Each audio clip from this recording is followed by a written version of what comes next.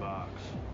Hello and welcome to Con Air, the podcast. I am Mark Umbrella Drink Hoffmeyer. And I am Jay Dirty Naked Freak Cluett, welcoming you aboard Chapter 10 of Con Air. What happens in Chapter 10 of Con Air? Well, Diamond Dog explains to the convicts that they aren't free yet, whilst Pinball unshackles undercover DEA agent Sims. As soon as Sims' leg cuffs are released, he takes Pinball hostage, prompting Cyrus to do the same with Guard Bishop.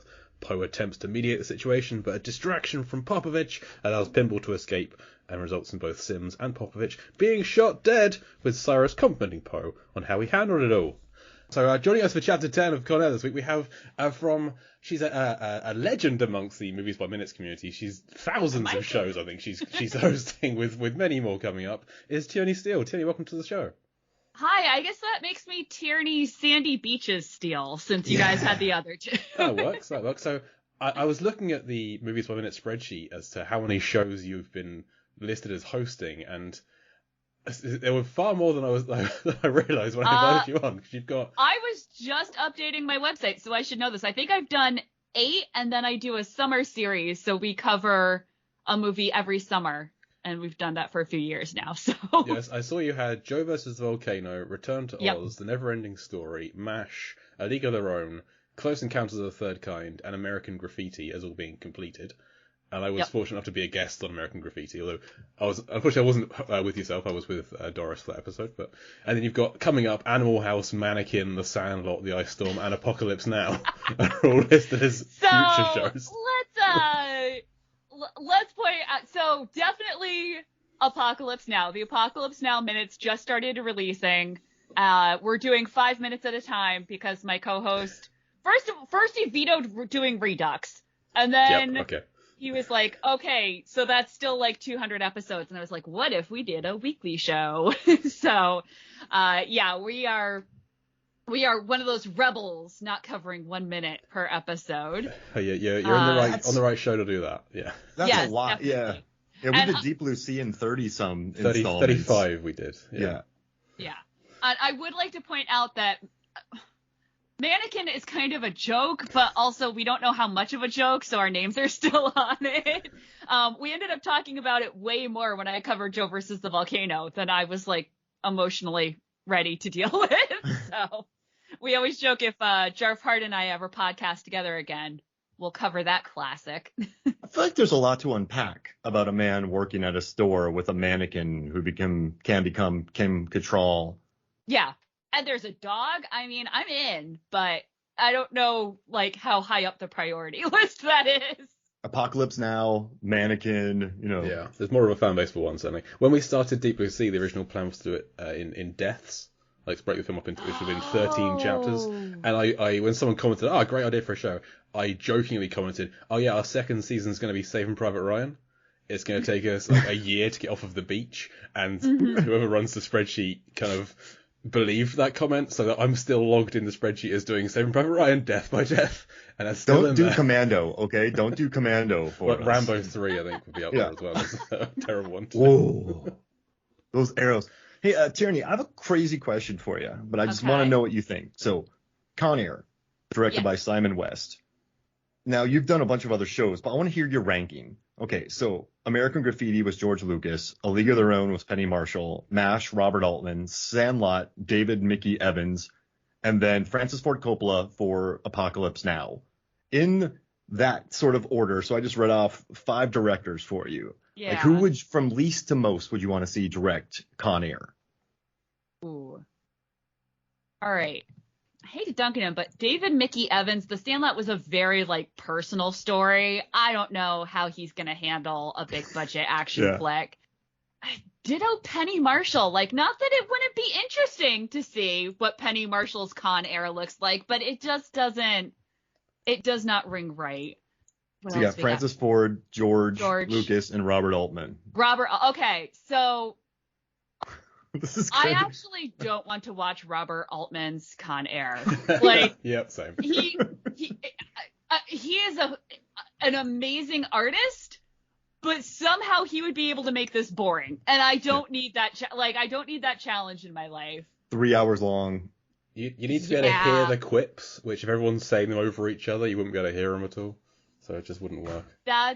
And then I'm gonna give it to Francis because while George Lucas would make an amazing Con Air, he likes his best movies are the ones that he had to film, I say, quick and dirty. You know, American Graffiti, filming at night. You've only got a month with these people. When he was actually going to film, when he was going to direct Apocalypse Now, it was going to be 16 millimeter documentary style, like so that it would look like a newsreel. And you don't want to lose the cool big explosions because they're a lot of what makes this movie fun. And but when he gets bogged down in that stuff, it's just not as good. So I'm going to give it to Francis Ford Coppola, which would be hilarious because I'm trying to think like what movies of his have explosions. Apocalypse Now. But Apocalypse Now. Yeah, Which a we lot all of know how those. well that went. Yeah. Wait, doesn't Jack have a bunch of them? Oh yeah, Jack was really known for its gritty underbelly. Yeah, the Jennifer Lopez, Robin Williams car chase, right? Oh yeah, I mean, the way they mangled that bystander is just famous in the industry. No, but I think, all honesty, couldn't you just imagine like a drunk out of his gourd Francis Ford Coppola being like, yeah, sure, I'll direct it, and then just like. Because that was one of the things reading about this movie. I was kind of bummed how many people involved were like, yeah, that movie's terrible. I just did it for the money. And I'm like, no, that movie can be terrible and great at the same time, guys. Like, embrace it, you know?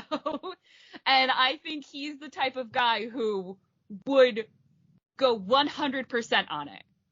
Yeah. Like, on his typewriter, on set. See, I quite like the sound Rewriting of the a scripts. Penny Marshall Con Air, but if she were to use the cast of A League of Their Own, like do a Oh my God. do it like an I all mean, this female movie Gina is play. missing Davis Lori fan. Petty. Lori Oh. Petty should 100% be in this film. Yeah. So wait, okay, Gina Davis, is she Cameron Poe? I think so. I mean, She's gotta be. we have a direct Yeah. correlation for who John Cusack is because it's his sister Anne Cusack is in League of Their Own, so that's There we go. done. That works. Wait, Anne Cusack is is taking over the. Is she wearing sandals? Yeah, she's got to be and a giant tan suit. She has to. Yeah. It's part of the Whoa. look, yeah. I will say, I don't remember where it is, but somewhere in this movie, there was him in his tan suit and his socks with sandals, and he put on glasses and a helicopter. Maybe it's when the helicopter's going. The wind is whipping him, and with his hair, all of a sudden I was like, I know many lesbians who are wearing that exact outfit, like, at this moment. We haven't got there yet, but we'll keep an eye out for that shot. Such a huge suit. It's so just. And the first shot of him are his sandals, and at the end, after the final fight, it's back to his sandals. It's That's why you gotta have the sandals, the socks Yeah. and sandals. so. Does that make Lori Petty like Baby Odell? Like who's Lori Petty in this? I don't know. Is Tom Hanks? Who's Tom Hanks? I feel like Hanks has to be Guard Bishop if we're keeping like the gender switch. So he's Guard Bishop. You've And got then like Lori Petty's Johnny 23. I mean, I was thinking Madonna for that, but yep, fine. No, Madonna wants a juicy role. Yeah. I don't know. I can see. Is she Rosie Diamond Dog? Well, I Yeah. can see Rosie O'Donnell as being Cyrus, as being the Malcolm X Rosie- role. With the quips. Yeah, Mm, yeah, maybe. Because she was big at the 90s. She was rock and rolls. I At this know, time. but there is a malice to Cyrus that I just do not. I mean, I've never made Rosie O'Donnell mad myself, so maybe she could turn it on, but I mean, Yeah. maybe Laurie Petty can do like Malice. Wait, what I about kind of wonder if Lori Petty should be Cyrus the Virus. I think so. Yeah. could Madonna be Cameron Poe and Gina Davis be Cyrus the Virus? Oh, Ooh, that's a good one. can Madonna lead a film? Yeah. Yeah, Doing Evita, pull-ups? she can do it. I haven't seen Evita, so I don't. Uh, Doing pull-ups in the prison, she could do it. Yeah, she can do that. Okay. Oh my gosh. So that would be amazing. I want this movie. Madonna as Poe, Gina Davis as Cyrus the Virus, 100%. Yeah. And this gives me an opening to talk about how much I love The Long Kiss Goodnight and Cutthroat Island. Gina Davis starring in the 90s is like just a complete legit action hero, and then both the movies didn't do too well. But The Long Kiss Goodnight's beautiful. Have you seen The Long Kiss Goodnight? I haven't. I've seen like stills and everything and like read about it, but I haven't actually sat down and watched the movie. So Sam Jackson said it was favorite movie to make. Ooh, okay. Yeah. Because like it's like a spy thriller, and Gina Davis is just murdering people on ice skates and like jumping out of 8-story buildings, shooting a hole through ice that's like on a lake, and then falling through it like a complete beast. She Underworld before Underworld. Just all the bombast of a Rennie Harlan movie with Gina Davis there, and it's wonderful. And Shane Black's script. You know all this, but I just love it. So yeah, we talked about this film a lot when we did Deep Blue Sea. Just Rennie Harlan of it all. Yeah. Gotcha. Oh, I just love that there's Ann Cusack cruising around in our Con Air remake. This is beautiful. And she's getting bumped up. Also, please keep in mind, Téa Leoni is in it. She says the word "yeah," and that is her contribution. But she is there. She's Racing's first baseman, so Téa Leoni gets to be in here as well. Oh, she'd be a great. I mean, which allows me to say, I finally figured out where I recognize Agent Sims from. He was in Madam Secretary, starring Téa Leoni. Oh my gosh! I spent most of the movie being like, I know him. I know him. But where the hell do I know him from? Oh, Téa Leoni. Oh my gosh. Harry Shearer? Yeah, well, I mean, I feel like John Lovitz would make a good Cole Meany role, Malloy. Yeah. He'd have a lot of fun with that. John Lovitz as Cole Meany? As Malloy, as Frank. Yeah. Showing up in that car, kicker license plate? I mean, John Lovitz, he can play a good arsehole, I think. Yeah. He does play a good asshole. Yeah. The idea of him having that ass kicker license plate is throwing me a little. What would sit right with you? I'm wondering, well, my first thought was, do you play Tom Hanks against type? But I really like it more that Gary Marshall is in it, and do I want to see him in that car? Yes, I do. I mean, playing Tom Hanks against type is having Tom Hanks being Garland Green. And he'd be good. He'd be good. Yeah, I hope not too much The Lady Killers. That was the closest he's gotten to playing Garland Green, I think. A Southern Gentleman? Yeah. I guess Garland's from Marietta. Yeah. That's Georgia. Oh, gosh. Just not the accent. No. That was the one did me. And of course, watching this movie got me thinking about movies with bad accents, and I live in Boston, so it was a lot. You've probably heard enough lagas to last you a lifetime in those movies. Yeah. Well, what drives me nuts is that sometimes they're not wrong. That is what it sounds like, but it's just whenever someone is doing the accent and they're not from there, I think that is a mistake. You know, if they're or I mean, like Hugh Laurie committing to House being from Jersey, that was like what, a decade of his life. He did fine. If it's just for a movie, like, either write a reason for this person to have a different accent in, or just don't mention it. Like, what does it matter? What it sounds like? What is Nick Cage doing here? You know, I still have nightmares. I keep saying it. Benedict Cumberbatch from The Mauritanian in his South Carolina accent. He kind of sounds like Foghorn Leghorn, and it made me wonder if he was actually a good actor. And then I saw Power of the Dog, and I'm like, okay, he's good. Yeah. Well, people ragged on him for his accent in Black Mass. And what a lot of people don't realize is the person he was portraying in Black Mass actually had a bonkers accent. So it's not his fault that he sounds ridiculous. That's what the guy sounded like. Oh, so he did too good of a job sounding like a bonkers guy. Yeah, and they're like, he's trying to do a Boston accent, but that's not it. And I'm like, that guy did not have a Boston accent. He was off in his own little world. Oh, well, that's interesting. I don't even remember. I've kind of blocked that movie out of my memory. Well, so that was one of the first movies I saw where I didn't know how, when people ask me like, oh, is it a good movie? I did not know how to respond. Because if you think of it as like a linear movie, no, it was awful. But as like, and all the acting in it and as like an art piece, it was beautiful, like wonderful. I had to walk back through Boston after seeing that, and I was super sketched out. Like, it got in my brain. Oh, wow. And that also, one of my favorite behind-the-scenes trivia that I ever read was that the person who worked with the actors for their accents on Black Mass had them listen to the song Butter on a Pop-Tart from Family Guy. Wow. And that the idea of Benedict Cumberbatch very seriously singing along to Have You Ever Put Butter on a Pop-Tart? I've never heard the Very song, but I can hear it, and I can hear it. I can hear the chorus in my. It's Peter Griffin and his friend Quagmire are folk singers, and their big hit is Pop-Tart. And Okay. why not? I'll say, have you ever put butter on a Pop-Tart? It's so freaking good. Have you ever put butter on a Pop-Tart? If you haven't, then I think you should. Is the Oh chorus. my gosh. Ah. But So- yeah.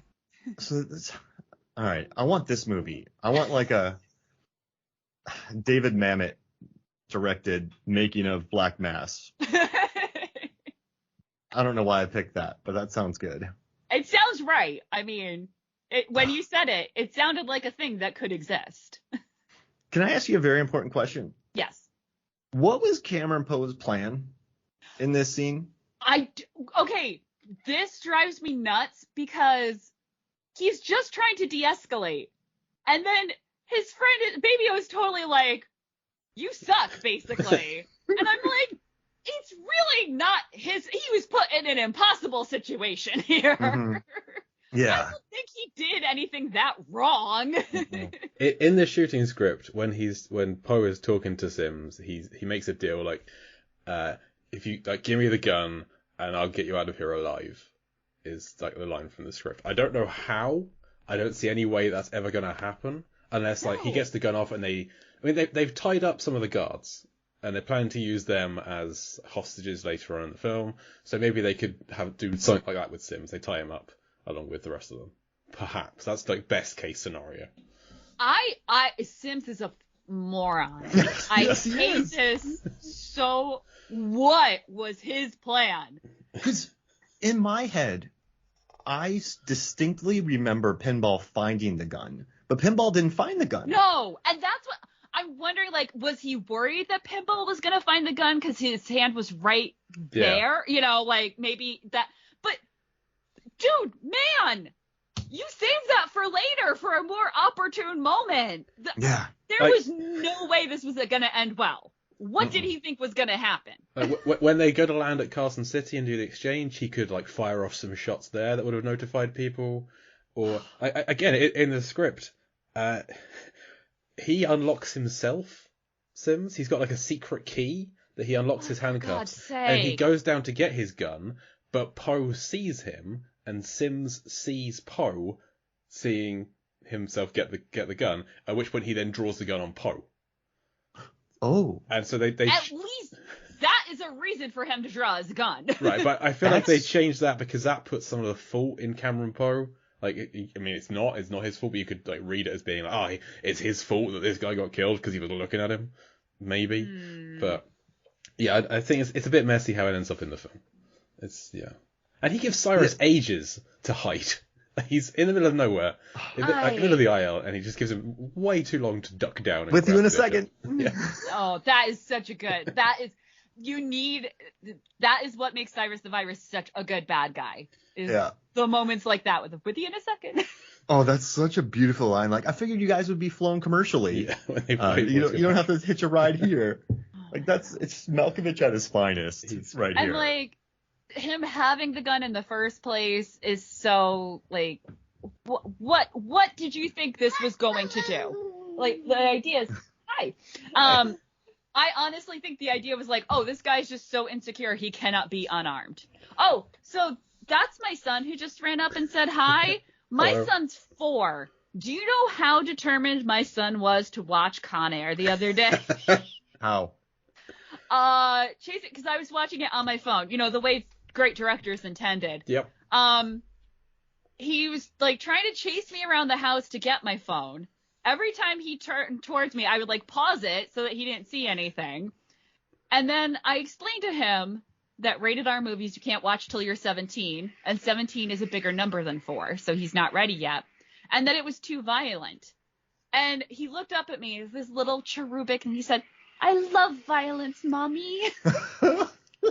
Like, do you even know what violence is? I mean, we have a cat, so he probably does know what violence is, because they do fight. But, yeah. He was, like, determined, like, this is the movie that I want to see. Purely because I said, you can't watch this movie. But of all the R-rated action movies, which one do you think would be the best for a 4-year-old? And up he goes with a plane, perfectly. I saw a cat, too, behind you as well. Oh, did you go behind me? Okay. Yeah. So I'm trying to think. Die Hard? T2? T2? Oh. Well, T2, I was not allowed to see as a child because my dad was like, "No, it freaked me out. You're not watching that." Predator? No. Well, I feel like T2 has like a child subplot at least with like the one boy in his Terminator kind of thing. Mm-hmm. One boy in his Terminator. We're still working on, like, we just got into Disney movies. He finally can sit through a Disney movie. So, and he liked in Beauty and the Beast that the castle items, are in a big battle. So, oh, heck yeah. That's our level of violence these days. See, that's why he loves violence, because it involves a cupboard beating up a guy. And making him put a dress on. The chaos of, like, of a wardrobe landing on somebody would... A singing wardrobe. It would be a splat, for sure. If it was like an R-rated action, if this was like the John Wick directors got a hold of this, a dresser would destroy people. Yeah. And I tried to be, like, there are parts, he did see a little bit of, like, the end where the plane is going through, like, Las Vegas and stuff, because, like, there's fire, but it's not like That's just fun. He knows what fire looks like. He knows what planes look like. This is just a plane. Like, he doesn't have. And so I was like, this is fine. You can watch this minute, or this part. How long has it been since you watched it last? Years. Which is why I agreed to come on, and then I was like, oh no, this isn't streaming anywhere. Please send me minutes. So I have no problem watching it on my phone. So yeah, I hadn't watched it, and I realized this was a movie that would be on TV. But I could not tell you the last time I, like, sat down and watched the entire film Con Air. It usually was like bits and pieces, and I hadn't seen the ending of this in a while. I feel like. Had you forgotten the fire truck chase? I had. Yeah, forgotten. we do as well. We love the film and we forget it. Yeah. I was just reminded of it. I always forget about the thing happening. I had forgotten a good chunk of the end of this, so it was kind of fun. Like, I do wish this is one of those movies that makes me wish I could go back and watch it again for the first time.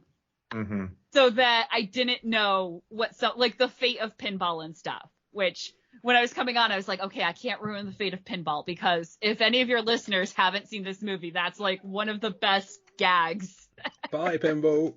The beige Volvo, too. You know about the beige Volvos, right? In the Nicolas Cage trilogies?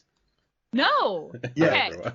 Yeah, All so right. In Face Off, he drives a beige Volvo, and then in The Rock, there's another beige Volvo as well. Okay. So in his prison, it's either like the prison trilogy, because Face Off, he goes to a prison, Rocky breaks into a prison, and then Con Air, he's in a prison plane and a prison. So it's like his prison, or it's his beige Volvo trilogy. So it's one of those.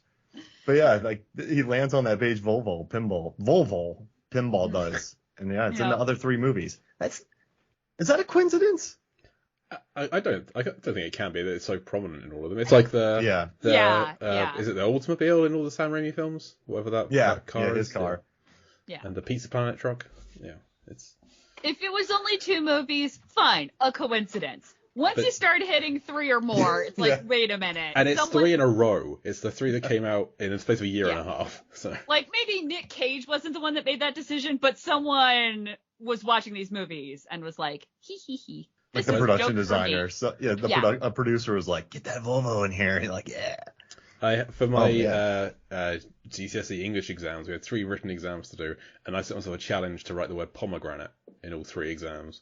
And I managed to do it. So it's just a fun thing people do sometimes. It didn't. How'd you do it? Tell me. I managed. How did I do it? One of them was a creative writing story, of which I had it a set in a supermarket for a while. So like go down the produce aisle and go past the oranges, the pomegranates, that kind of thing.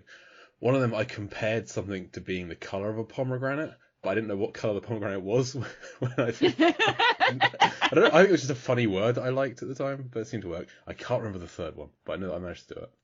And I spelled it a different way each time as well. I didn't know how to spell pomegranate at the time, so it was a bizarre decision that somehow I got an A on. I'm gonna out my one of my high school history teachers. I don't remember her name, but I knew she wasn't reading our papers. I was like, this woman is not. She's not reading our papers. And I bit the bullet, and I wrote a paper on the causes of the American Civil War. But wherever I had the word industry or factories, I changed it to marshmallows, and I got an A. So she was not reading those because the North won the Civil War because they had more marshmallows, and that is not accurate. Well, I guess if you dig deep, if they have more marshmallows, they might have more industry in transportation. Yeah. So more marshmallows equal more modes of transportation industry. I don't know. I'm still amazed I didn't get detention. So we had to do a creative writing story. It was like a school reunion set 20 years in the future. Everyone comes back. What would happen? And I turned mine into a serial killer movie. Like we all come back and get picked off one by one. And I had the English teacher who was marking it. I had her killed horrifically, and she put a big red tick next to that line. So, all right. I liked that. I just look over my students' papers because most of them try to plagiarize. Mm-hmm. So I catch them. That's why I have to read them. I had a paper the other day. It was 100% plagiarized. I just want to let y'all know. Impressive. 100%. 100% is impressive. I would rather, you know what? I would rather have 100% plagiarized than like a 93% where they change some of the words, because that's kind of devious and it's still really easy to find. Yeah. So, yeah, that's my You're not story. actually fooling anyone. No, it's like you switched out like loud for very loud. I don't know, something like that. Yeah, it's not fooling anybody at all. But okay, you've seen The Rock in Face Off, right? I have not. Oh no, I was gonna have you rank them. What are your favorite Nick Cage movies then? What are your three favorite Nick Cage movies? I'm ranking Con Air, then The Rock, then Face Off, based purely on social knowledge and context. That matches my ranking. That's perfect. All right. Were you a fan of Nick Cage? Like, are you a Nick Cage fan? Like, what's your history with the Cage? I don't know that I would be considered to have a history with the Cage. I have really enjoyed a lot of his movies that I have seen. Like, Con Air is just a lot of fun. Mm-hmm. When it's on TV on the weekend, great. I saw Gone in 60 Seconds in the movie theater, and like the theater was shaking because it was turned up so loud when the car, and I was like, this is great. I got to feel really smart in National Treasure because I was a history major. So like when they start talking about time changes and stuff, and I'm like, I knew that. And so I think, and with the bees, Wicker Man, like it's just these are not like life-altering movies. None of these are going to, no teenager is going to latch on to them and be like, yes, I'm going to build my whole personality around this character. But like, they're fun. Do you just want to watch a movie for the afternoon? Put it on. It's great. There's a lot of Harrison Ford movies like that too. Yeah. That's a great point you just made, because if you think about people sort of building their personalities after TV or movie characters, it happens. It really does. It really does. Nick Cage is not that guy, but he's also not a bad like, that's the thing. These movies aren't bad though, and I think that's a really important distinction. Yeah. Like, this movie is full of like little bits of characters. Like, they're not super fleshed out, but they are amazing actors committing to their characters and then just having fun with it. And I think that's the difference. If Nick Cage was actually like a bad actor, it wouldn't work because you wouldn't have fun watching that. Yeah. You would just be like rolling your eyes the whole time. Whereas this, you only roll your eyes when he really hits a vowel. So Yeah, I think that is a really important distinction of like, he's a decent actor and he makes fun movies. He adds a lot to this role. Like when they take the picture away from him, he threatens the guard. When he talks to the serial killers, he's like, "I'm admiring your cage," and he's super sassy in this movie. I keep saying it, but every chapter I just love his character in this because he really does try exactly what you said. He put a lot into this. He makes his character much more interesting than this character probably has any right to be. Yes, that's a nice way of putting it. Yeah. And he got great at pull-ups. It's so funny because to me, obviously this whole movie hinges on Cameron Poe, and to me, that is just the framework that the plane. It's just the framework that the movie is hung on, so that these amazing actors can like make themselves giggle at how seriously they're taking these ridiculous lines and characters. Well, I feel like in terms of taking it seriously, Pinball, Dave Chappelle is great in this scene we're talking about. He is so believable as being held hostage and in pain, and I've never really ranked Chappelle that highly as an actor. I've not seen a lot of the films he's in. I'm sure he's fine in them, but this, like, focusing on the scene, he's terrific here. Yeah, you're the dirtiest guy in here. You're DEA. Like, that's a great line. Yeah, that's not what's in the script. That's another Chappelle improv, as most of his dialogue is. That's what I was saying. I have a really hard time. I actually just read W. Kamau Bell's memoir, and it's hard because there is an entire chapter on what a comedic genius Dave Chappelle is, and what a hero he is to a lot of black comics. Like, this guy made it. And then there's an entire chapter on how you shouldn't punch down in your comedy. Yeah. And, like, it's not actually funny if all you're doing is, like, pushing people further down the ladder of not being respected. And it's like, I really wonder like, I need a time machine to go read that back in 2017 when the book came out, not in 2022. Yeah. Because I feel like my opinion of Dave Chappelle is very different than it would have been. Because you're right. I was looking over his IMDb. He is a great actor. This gives me a chance to shout out the movie 200 Cigarettes, which is fantastic and, like, never comes up, apparently. And no one talks about that movie, but it has a stacked cast. That's a it big is cast. Amazing. Yeah. If I were in charge of the Movies by Minutes group projects, 200 Cigarettes would have to be one of them. Breaking into 200 chapters. Because I gotta talk to Jim O'Kane on this. I don't know that, like, he was the target audience for that film. Well, we have Bowfinger up next. Yeah. Yes. I'm looking forward to that. Yeah. And I have really enjoyed. Jim O'Kane puts a ton of work into those, and we've done amazing films. But yeah, I don't think 200 Cigarettes is one he would think of, and there's actually a lot there to work with. Wow, that is an incredible cast. I've never heard of this film before. Oh yeah. So yeah, it's huge. It's stacked. It's one of those little, like, forgotten amazing things. We did The Best Years of Our Lives, Jay and I. Yeah. And I spent one of our chapters talking about the guy doing pull-ups into a plane. So well, there you go. Bringing it back around. Well, we got one of the last chapters, so I feel like all the history had been talked about. And that's a long movie, so I feel like 100 episodes talked about the history of the film. So I just embraced pull-ups and other aspects of it. Just, like, people, you got to hear something different. There you go. Chappelle isn't the only cast member who's also in 200 Cigarettes. Angela Featherstone, who plays Ginny, Cusack's assistant, she's also in there. Really? Yeah. Yep. Poor Ginny. Yeah. Ginny gets stomped on in this movie. She has nothing to do. Cusack just yells at her. I really kept waiting for that character. You could tell the way the camera was, like, lingering on her. I kept waiting for her to do something. They cut out a subplot where she, like, really fancies Cusack and is really holding a candle for him. So whether they filmed that and cut around it, or they just didn't film it, I don't know. But she had more dialogue, but it was always in service of the male characters. So it's not really beneficial to leave it in. Yeah, actually, I'm glad they cut that out, because I would rather have it be a mystery why she's important than have it be she has a crush on sandals, man. When we first meet her, she drops all her paperwork and he has to bend down and help her pick it up. And when he walks away, she like mumbles to herself, "Oh, do you want to go out for dinner sometime or come over?" Ew, no, that Yeah. that character has never mumbled anything to herself ever as she is on screen left over. Because it's mostly her, like, glaring steely-eyed at Colomini. So... Mhm.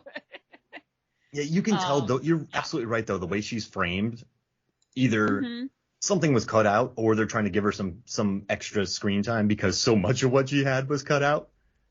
And, like, also, too, Yeah. with Diamond Dog, like, you could tell that they threw Ving Rhames that line in this one when Cyrus the Virus is like, all right, Diamond Dog, drop this expository dialogue on Yeah. everyone. And then he talks about that during this scene. It's cool framing, but Well, and not to, like, bring us down, this movie got me thinking a lot, and I was joking about this with another 90s movie. We thought we'd fixed racism in the 90s. We really believed that, like, it was all going to be okay from here on out.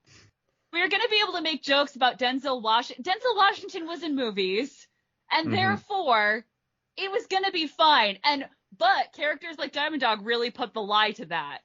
And I found the interplay with race in this movie, and we're talking about The Minute with Yeah. Cyrus and Pinhead, or Pinball, so it really works.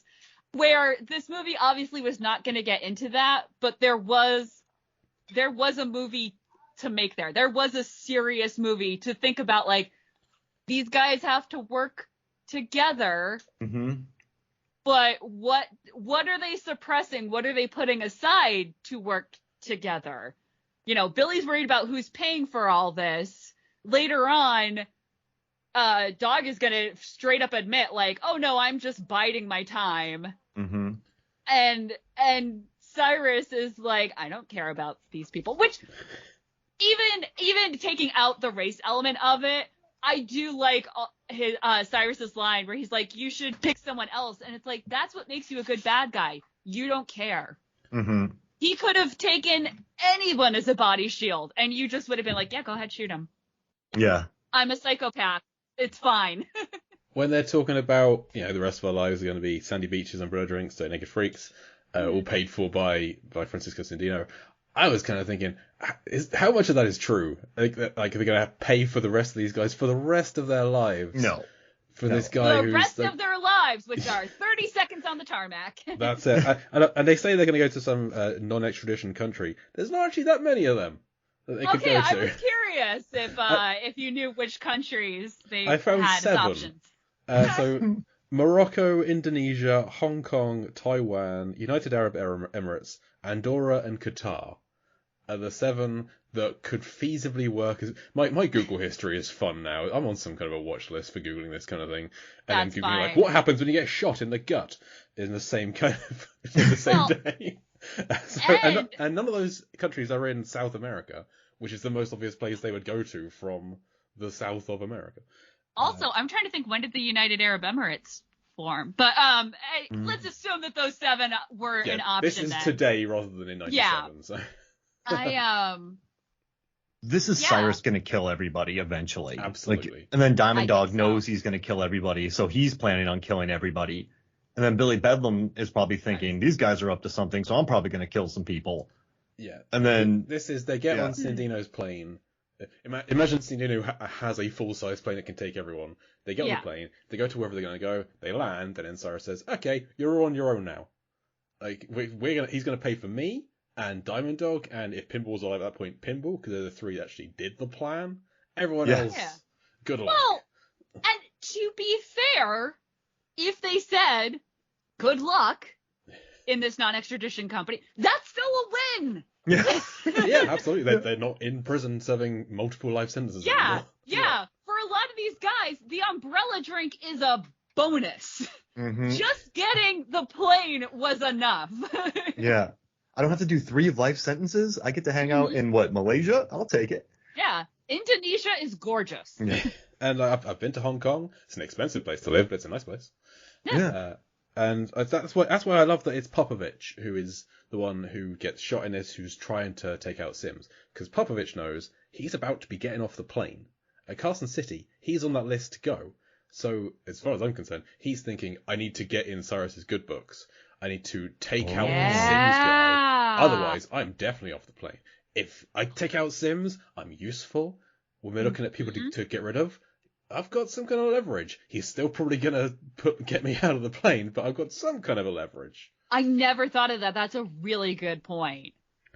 And then Willie just messes it up. doesn't work. It doesn't work. Well, no, but Popovich doesn't survive, and so we've made a pledge in this show to pledge that every time a convict gets killed, we will determine what that convict was in prison for. So we lose Popovich here. So what do you think this lank grey-haired guy, the bit of an older guy, what do you think he did? Popovich? So I know he loved the takeover scene. He was having a great time laughing during the takeover. Oh. His brother's Greg Popovich, the coach of the San Antonio Spurs. I wonder if that "You're Not Free Yet" was almost direct, like that got him thinking, because they take over the plane, he gets all excited, and then they say, we still have a stop to do, like we're still doing that stop. Oh. And so he kind of panics, and like you said, is like, okay, maybe if I do this, there's at least some chance for me. So this is a guy, so he's getting off at Carson City, he's just going to another jail. Like, he's still looking at life in prison, but he's not in a cage. Like, he's not famous enough. He's not the worst of the worst of the worst. He's just... Yeah, he's in the back of the plane. Like, he's just sort of... Yeah, he's just normal prisoner guy. Mm-hmm. So it's not anything too heinous. Well, he's the same level as the Nazi muffin, as Carl's, who's been shot in the head. Well. So he was a terrible person. We don't know what he did. We guessed. But... Yeah. So he likes chaos. He likes death. He seems calm during the takeover. He's not freaking out. No, he's like, this is great. This is the best thing that's happened to me in however many years. It's just entertaining. So is he like a nihilist? Is he a nihilist that just blows stuff up? Is he what is a pyromaniac? Yeah. Is he like, remember the Tick on the arson. Midnight Bomber who likes to bomb at midnight? Yeah. Yeah, he could be like Pinball, we know, as an arsonist. So Popovich could be another arsonist, because like there was fire involved in the takeover, so that could have been why he loved it so much. Maybe that's why he got excited. Yeah. Oh, the arsonists are in the back. The arsonists are in the back of the plane. Yeah. Put all the arsonists together. What could go wrong? Because he likes chaos, fire, chaos. Yeah. Yeah. Like, so what did he burn down? What did he try and burn down? But I wonder, with the nihilist, and it's the 90s, is he like... Starbucks. Is he ahead of the whole Gen X, jaded, F the man, take down the government? I mean, like, was he not Oklahoma City level, but like on a way smaller scale than that? Was he going after like government buildings and stuff like that? Yeah, because I mean, you're right. Like Blown Away, all those movies focus around that kind of stuff. Was he old enough to have been like a teenager when the Weather Underground was going on, and he feels like he missed his chance? Like, I'm trying to do the math with his hair. Like, it's really hard to like guess.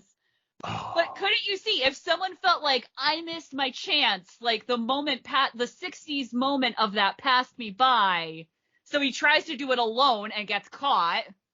Yeah. And now is serving his time on that. I feel like he just did regional government buildings. Okay. Does that make sense? Not like big time ones. Yeah. Like he just did like small county regional buildings, and then he got caught. Smaller scale in Oklahoma City, so he's like the Tulsa bomber or something. Yeah, a smaller city, and then he brags about it because he's kind of an idiot, and he gets caught. Yeah. I like it. There we go. And now he's dead. But that is a great point, though. So he was part of like the later Gen X angry group, but he wasn't part of the 99 like Limp Bizkit angry group. He was a little older than the Gen Xers. No, because, all right, if you think about it, Fight Club, the end of Fight Club, when they take out all the credit cards because they're going to wipe the slate clean with capitalism. The people who were planning that weren't college kids. And then, like that movie became a rallying cry for a certain like sub-generation group.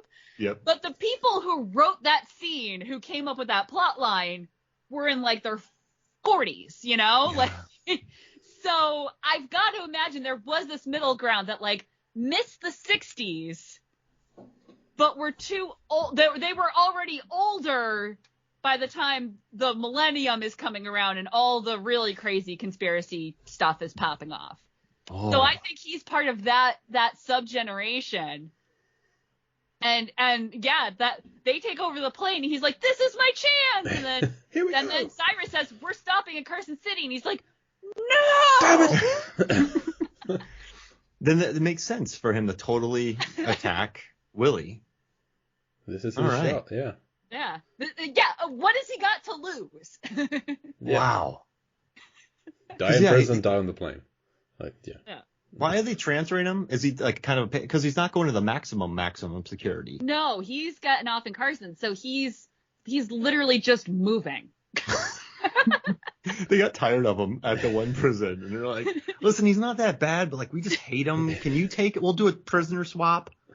Can you?" Oh, maybe he was trying to like indoctrinate other inmates, so they had to like start him off somewhere new where he'd be low man on the totem pole again. He decided to set fire to things, and Carson City has this new inflammable prison. Yeah. I mean, we saw fires in a prison with Poe when they're showing the earlier like riot and stuff. That was him. That's how he got on this. That's it. And like obviously like they quelled that, but then they were like, "This a-hole is the one who started the fires. Get him out of here. We're not dealing with him anymore. He's someone else's problem." Oh, I love it. He's the one who started. So he didn't start the prison riot. He just started all the fires during the riot. Fires during the riot. Everyone else is trying to escape, and he was setting the fire. Cassidy's running his new flame retardant mattresses. So yeah, it's perfect. Oh, I love it. Just get him out of here. Like, we'll take 4 of your prisoners. You can have 1. Oh, I love it. That's really good. Nice. I see it. Yeah. I see it all. That's my favorite backstory thus far. Excellent. Thorough. Well, R.I.P. I'm so glad, because there was a moment where I was like, I don't really have that many notes for this. You know, like, it's a pretty straightforward scene. So I'm so thrilled that we've been able to come this far. You remember when we talked for 20 minutes before getting to the film? That's why. And also, I just want to say, Pinball Parker, he's so instrumental in this takeover with the fire. He unloads everybody. He's unhandcuffing everybody. So, you know, I'm not going to say the line, but the director's cut has him saying a much more profanity-laced line when Cyrus the Virus. Yeah. Dave Chappelle saying the N-word by stars. No, but no, he says he says like a much more like a worse word. Okay. Like during the director's cut, like it's very it's because remember when Cyrus is like, just kill him, and he's like, oh man. Yeah. In the director's cut, he says something else. Man. No. Okay. Gotcha. But he's instrumental in like hearing the way Cyrus talks to him. But I mean, Cyrus is a psychopath, legit psychopath. But he's not a sociopath. He's a psychopath, correct? I believe so. I like that he says an even worse word, because in the script it's he just says when Cyrus calls him like a 2-bit crackhead, Pinball's response is, "Oh, this is just great." So no swearing at all. Oh, he must have improv'd, and then that line was in the director's cut. Yeah. Although I'm picturing Dave Chappelle delivering that line as Pinball, and it is real funny. Yeah. Like Pinball being like, "Oh no," although then you don't get the later when he's like, you didn't mean that. You were just like trying to bluff him, right? Yeah, give me the gun. Yes. Yeah. Sims is an idiot. This was not the moment to pull out your gun. If there was a moment to pull out your illegal gun, this was not it. Poe is an idiot, but he's done well. He's just trying to de-escalate the situation. Fine, whatever. Yeah. He's in like 5 situations he's trying to de-escalate all at the same time. It's just a new one pops up. I think the hero of this scene and many other scenes is definitely Guard Bishop, with her being like, shoot him! Yeah. Don't hesitate. Yeah. Take your shot. Maybe he kills me, but maybe he doesn't. And like, this situation is suddenly done. Because I do say, like, what did Sims think was going to happen against all these convicts? But I do wonder, if Sims had shot Cyrus, do you get enough panic in a moment that between Bishop, Poe, Sims, you could turn the situation around? around, that They would seems get it really back. far-fetched. Sims with a gun and Poe, they could take it. I don't know. I feel like there's enough people around them that Sims shoots Cyrus, chaos ensues, they would probably take out Sims. It depends if Poe then outs himself as being a good guy at that point. And No. Yeah. in. Does Poe grab the gun instead of Pinball? Well, I suppose Bishop is kind of free. She's not shackled to anything, so she can help out as well. Yeah. But she is she is handcuffed, handcuffed, but yeah. she could be useful. And then obviously if they can unhandcuff her, yeah. like, But it turns. if the cons then get control of the plane, I feel like Cyrus is such a good leader. Without him, it would be a bit more chaotic, and that any plan they have from that point on wouldn't work as well. Because you're going to have like Johnny 23 stepping in to try and take over, Oh. which that's not going to work. Yeah, so you'd still have Dog and Billy, and then Johnny 23 would like try to become the third guy. Yeah, but like Billy doesn't know anything about the plan. He's just there. He just happens to be on the plane. Yeah, So, yeah. But like they're the three standing up at the yeah. head They're the of cage the guys. plane. Yeah. They're clear. The cage guys. The cage They're bros. clearly the leaders of the. Ironically, Nick Cage is not one of the cage guys. No. He's not one of those guys. There But would be yeah. a power vacuum, because Diamond Dog, That's the phrase. Thank you. Diamond think could of be it. a leader. He Yeah. just wouldn't, it would be a different kind of leader, I Yeah. think. It wouldn't be as like esoteric. No. I don't know But if that's the yeah, right word. I don't know. I do kind of wonder, like, what was the plan? There was no plan. Mm-mm. But then what are the options if things had gone differently? And I still think it ends with Sims dead. Everyone, like, honestly, as much grief as Poe is given at the end of this scene, this is almost a best case scenario. You know, Yeah. Cyrus likes Poe, and only 2 people died. But that Yeah, kind of disappointed head shake from Poe when Sims dies. I feel like everyone watching it does the exact same thing. It's like, oh, Yeah. Sims, what are you doing, man? Yeah. This could have gone so much Idiot. better. But like, because Yeah. he gets shot in, I'm assuming the lung, because he's bleeding out of his mouth immediately, like straight Yeah. away, and that's not helpful. Like, you can occasionally, generally in a film, you get shot anywhere in the body, you start bleeding out of your mouth. You get shot in the arm, you bleed out of your mouth, but it's not this quickly in real life. Yeah, and the way he was like stretched out, that would make sense. And the score, like, dum, dum, dum. Real, like, the bassist, like, this is my scene. I'm scoring this bit. You guys sit down. This is me. I love a good bass heavy scene.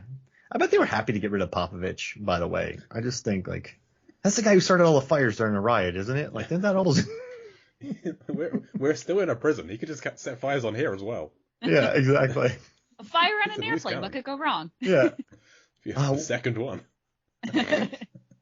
Well, I know you got to get out of here pretty soon, but any final thoughts about this scene? Anything you want to plug? I'm gonna plug myself in general because I am onesteelsister.com as a handle, and I am currently covering the 1979 theatrical cut of Apocalypse Now. And speaking of fires, my God, if you enjoy blowing stuff up and being a nihilist, might I recommend that you watch Apocalypse Now. Yeah. And in grand contrast to that, this summer I covered The Sandlot as a palate cleanser. So I think maybe that's why I'm so fixated on like this gang as a group of guys who have come together, and how are they going to work together? Because it's like, yeah, a group of boys, and sometimes you find yourself on an adventure you weren't expecting, and you know, they had erector sets to get a baseball bat, and these guys are killing guards to escape to a non-extradition country. This movie needs more catapults. So Sandlot has a catapult. Yes. Con And Air does not. I'm kind of surprised because it feels like there would be opportunities to use a catapult, like later at the airfield and stuff. So Maybe Missed Popovich. opportunity. Maybe Popovich would have been the catapult guy, and they got rid of him. okay. Oh, I will say one thing I had completely forgotten from the movie, but the minute I saw it, like it all came flooding back and made me very happy. Is speaking of the airfield, the old guy under a truck. You said spoilers were okay. Yeah, fine. That little scene where he's you ain't gonna take a piss. It's like the little Beckham, you know, like, I need a needle. Oh, those drugs will kill you. And, like, it's this movie has a lot of like corny 90s action. Speaking of Bishop and spoilers, Jesus Christ, when she kisses him on the cheek at the end, that was unnecessary. Yeah. Bishop and Poe could have a wonderful, like, I respect you, you respect me, we got each other's back relationship. And kissing each other's cheeks did not have to come into it at all. The 90s. That was a male character, that would not have happened. But almost everything else that happens to Bishop could have, I mean, it would change the character of Johnny 23, but it could happen to a man. And so, like, I feel like that character needed to be played gender neutral, and that really disappointed me at the end. I was like, no, you were so close. Yeah, we almost got there. She's And then the such a fire badass. truck chase happened, and you're like, wait, that's here? Yeah, she's such a badass. So I was like, all right, fine. Like, but the moments like that, almost every line from the grand finale of this film is just a corn fest. But I feel like action movies in the 90s, like, pulled it off somehow. Like, we just accepted it and it's like, yeah, that's what happens at the end of action films, man. People shake Cheesy hands and say, you can be my wingman anytime, and that's fine. Oh man. And then stylish lines too, like Broken Arrow, like ain't it cool? Like Yeah. I miss stylish 90s. No, I don't miss stylish 90s lines. Never mind. They I had their time. don't, but I really enjoyed revisiting them. Cool. It was a really nice, like, immerse yourself back in the day when this was actual cinema. And a blockbuster hit. Yeah. Yeah. Well, now So- Popovich has died. We are down to 13 cons in the air in this chapter. Just 13 left. More they're will be still in coming the air. soon. More soon, but 13 And they're left. still in the air. Still in the air at the moment. We're going to land soon.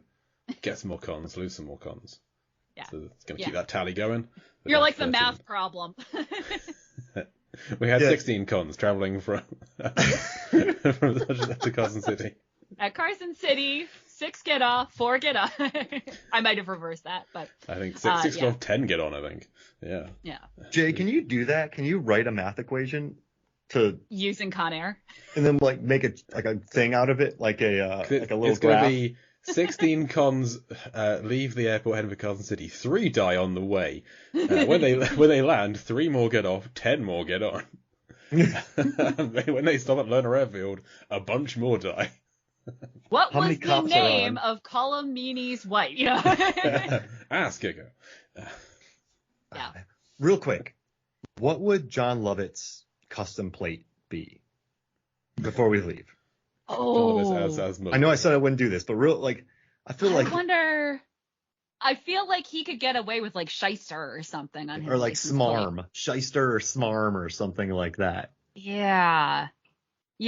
There's not John Lovitz is not a kicker, No. but he could do the tirade. Oh, that was one thing. I'm doing it to myself. I read that Cut Out was a whole subplot where like Colomini and Sims were best friends and like he'd practically raised him and they'd been working together for years, and that's why he's so determined to shoot the plane down when he finds out about this scene. And like that's why he's so upset. And I hate that because I felt like pretty much his only redeeming quality was he was so protective of his men, like that it just blinds him to everything else. Like if you think of it as he takes care of his guys so well that he's not going to listen to anyone else, he at least has one redeeming quality. And if you make it that, oh, he has a personal relationship where he's friends with this guy, then he really is just an a-hole. Like, Yeah. he has no, like, okay, but he's doing it because of this, and this is good. So, He yeah. just wants that- revenge then, not just he takes care of his people. Yes. And Oh. watching and hating Colomini was a really uncomfortable feeling for me. It had, I am a big fan of his O'Brien, and so it was real awkward to be like, he's a piece of work. Yeah. They called him Jay calls him a good bad guy. No, Yeah, a bad good guy. A bad good guy. Bad He's good on guy. he's on their side, Yep. but he's a twat. Oh yeah. And and later when he's like, he's off saving the rainforest or something, and I'm like, oh, the 90s. I Yeah. forgot when like recycling was a joke to most people. Were you eating rabbit food and doing that like frou stuff? What do you know? Synonyms? Ugh. Yeah. You almost hope that he died before 2022, because I don't know that he would want to live in this world. Oh, he definitely got Me Too'd. There is no way he didn't get Me Too'd. Yeah. All right. Well, That's right. he's not even in this scene, so. All right, well, hey, thank you so much for joining us, and thank you for all the plugs. We'll definitely follow you. Looking forward to listening to Apocalypse Now. It's gonna be great. Yeah. So, if you guys ever want to talk about much older planes, let me know. Heck yeah. Will do, yeah. All right. And All right, enjoy the rest of your movie, which is, there's some classic pinball scenes coming up. Oh, I can't wait. Jay, you got anything to plug before we get out of here? Deep Blue Sea, the podcast, is the other show that we did covering Deep Blue Sea one chapter at a time, and Deep Blue Sea 2 and 3. We're now doing Deep Blue Sea adjacent films, currently one a month, but we might do some more soon, which is films directed by Rennie Harlin or featuring sharks or sea monsters. I think The Sea Beast is going to be our most recent episode at the time of this being released, so that's Deep Blue Sea, the podcast. So good. I can give you guys an exclusive that I guess one person knows, but they never responded to my email. The first Movies by Minutes I wanted to do was Blue Crush.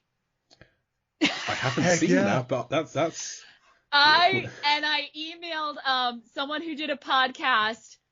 His podcast was actually about like legal stuff, but he always talked about how he had lived in Florida, he was a surfer, and like it so rarely comes up, but when it did, he got all excited. And I emailed him and was like, there's these things called Movies by Minutes, would you like to do this with me? And then like sent him a spreadsheet of like starts with, ends with for the minutes, and like probably scared the bejesus out of this poor man.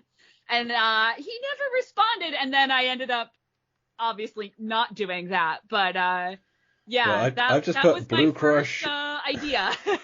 I just put Blue Crush and your name next to it in our spreadsheet of upcoming episodes for Deep Blue Sea, the podcast, so you'll be on at some point.